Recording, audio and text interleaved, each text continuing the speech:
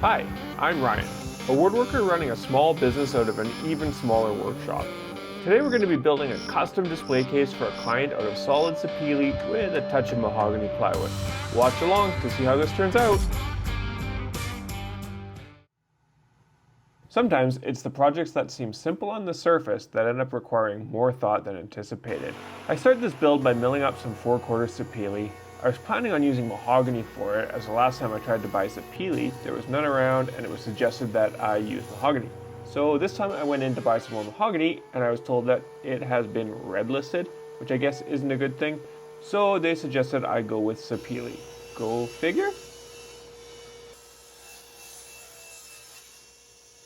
There are hundreds of videos on YouTube showing you how to joint wood without a jointer, and probably thousands more that show you how to do it as part of a build. Heck, I've even made a few of those. But I have to say, having had a real live jointer for a few weeks now, it's an amazing time saver. No fussing around with jigs or sleds or straight edges. I mean, all of those solutions definitely do work, but with this you just run it through and glue it up. I think I'm in love with this tool. I got a great deal on this used 8-inch model with a helical head off of Facebook Marketplace. At some point, I might trade it up for a wider combo unit like the King Canada 12-inch or maybe a Hammer 16.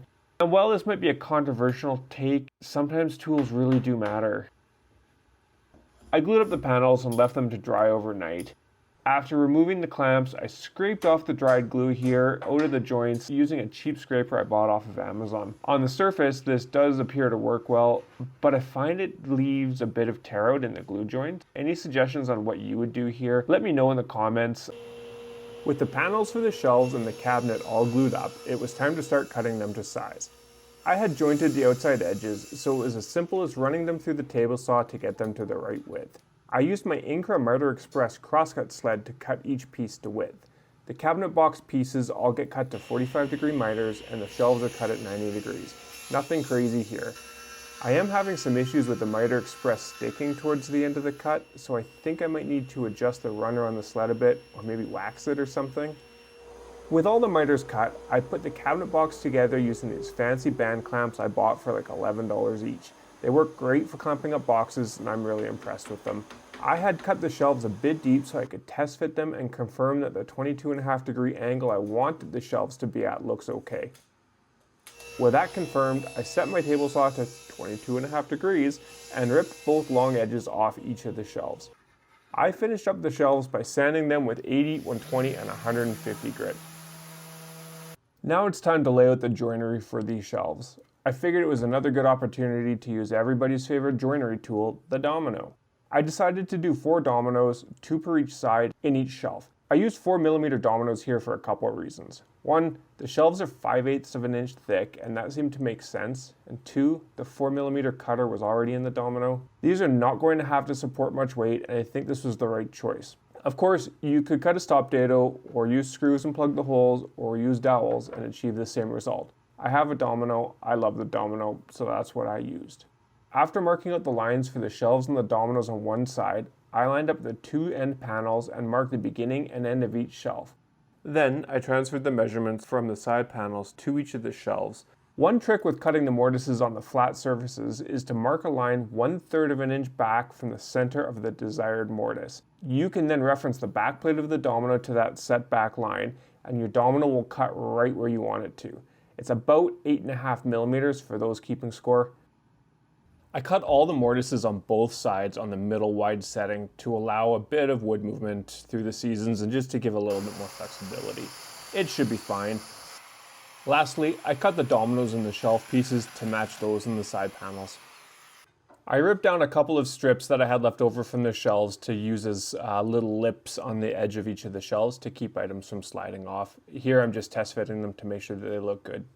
I put a 1/4 inch roundover bit into my router in my router table to put a nice edge detail on all of the pieces. Lately, I've started using my router table in my fence. I have to say I'm really liking this approach. It captures basically all of the dust, I seem to get less tear out, and overall the experience is less scary and just seems easier.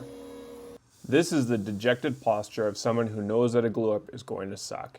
I knew it was going to be tricky, and honestly it didn't disappoint. I fought with the domino alignment and getting everything to click together for a few minutes, but finally managed to wrestle it all in place. I used my fancy band clamps once again to pull everything tight, and then I had to beat the shelves with my mallet and a scrap of walnut so they were perfectly centered in the sides. I guess this is to be expected when you use the wide setting on the domino. With the cabinet set off to the side to dry overnight, I glued up some pieces I had cut off of the shelves to make the legs. These are going to be simple 2-inch square legs, so nothing crazy here. I left it all overnight for the glue to dry. Honestly, the squeeze out and glue mess that I was left with after fighting with that glue up wasn't as bad as I had anticipated. It took me a while with various sanders and chisels, but I was able to get all the glue mess taken care of. Next, it was time to tackle a couple of open miters. This is a pretty straightforward process. I squeezed a bit of glue into the open gap in the miter, and then I pushed them shut from both sides with the shaft of a round screwdriver. Then I just wipe up the glue as much as possible, and when it dries, I'll just give it a nice quick sand. The design of this cabinet calls for a small lip on each of the shelves to keep items from sliding off. I had ripped down some strips of sapele to about 1 inch by 1/2 inch, and then I cut them to length. I rounded them over a bit on the rotor table and gave them a quick sand. Then I attached them to the front of the shelves with a bit of glue and this fancy green masking tape as a clamp.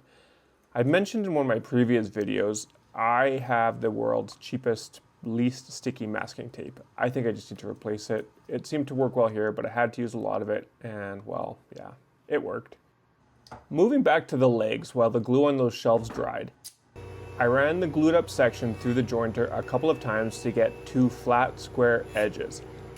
Then I hopped over to the table saw to rip the strip down to square it all up. I cut one as a sample to determine the height, and then I stuck that on the table with my miter saw to use as a stop block. Then I just cut out the rest on the miter saw.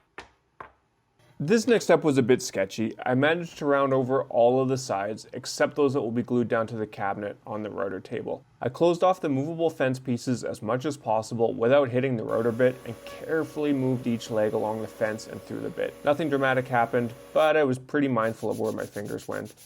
I decided I was just going to glue the legs on with wood glue. I used a dab of CA glue on each leg to hold it in place while I got the clamp on. I could have just used a CA glue, but I felt the clamp would hold it tighter and make sure there was no gap between the cabinet and the leg. The CA glue really just kept the leg from moving around while I got the clamp in place. It worked like a charm. With all that done, it was time to give everything a final sanding and to clean up all the extra glue that I missed.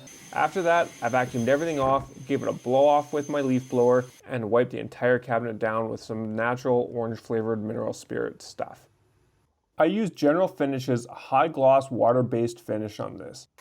I sprayed 3 coats, sanding lightly between each with 320 grit sandpaper by hand. My sprayer is the Erlex Spray Station. I bought it for a project a few months ago, and this is the second time I've used it, and I have to say it seems to work really well. Setup is easy, it sprays well, and cleanup is a breeze. I'm far from an experienced finisher, but I am super happy with the results I get out of this. I won't ever spray anything but a water-based finish, as I'm just not set up for that, but this combo works really well for me. After letting the finish dry for a day, I attached the back piece of 1/4-inch mahogany plywood with a few pin nails. And that was it. Another project is in the books.